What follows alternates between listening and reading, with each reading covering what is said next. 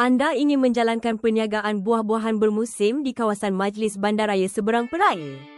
Pastikan anda mendapatkan permit buah-buahan bermusim yang sah terlebih dahulu. Cara permohonan sangat mudah.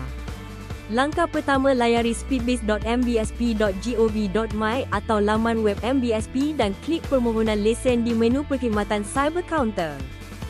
Bagi pengguna baru, daftar akaun baru. Kemudian buat pengesahan pendaftaran. Log masuk email yang telah didaftarkan dan klik link yang diberi. Sahkan email yang diterima. Log masuk dan masukkan email dan kata laluan. Klik mohon lesen baru. Sila pilih jenis permit buah-buahan bermusim. Langkah seterusnya, lengkapkan maklumat dan muat naik dokumen yang diperlukan. Boleh rujuk manual pengguna yang dipaparkan di skrin sebagai panduan. Kemudian, buat pengesahan butiran permohonan dan hantar permohonan.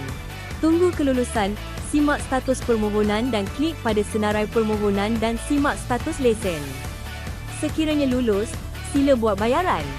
Bayaran boleh menggunakan kad kredit, kad debit, perbankan online FPX, seterusnya cetak permit. Anda berjaya. Saya telah dapat permit buah-buahan bermusim.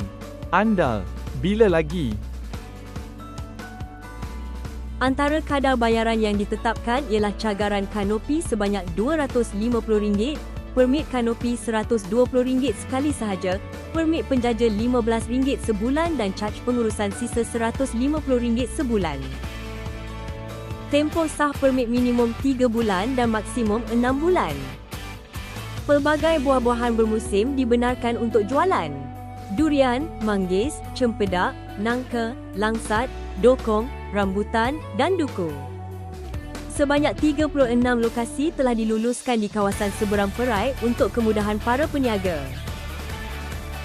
Seberang Perai Utara, Seberang Perai Tengah dan Seberang Perai Selatan. Setiap lokasi mempunyai bilangan maksima yang dibenarkan. Senarai lokasi ini juga akan dikemas kini dari semasa ke semasa mengikut keperluan dan kesesuaian semasa. Jadi, jangan tunggu lagi. Mohon permit buah-buahan bermusim MBSP anda sekarang dan jalankan perniagaan secara sah dan lebih yakin.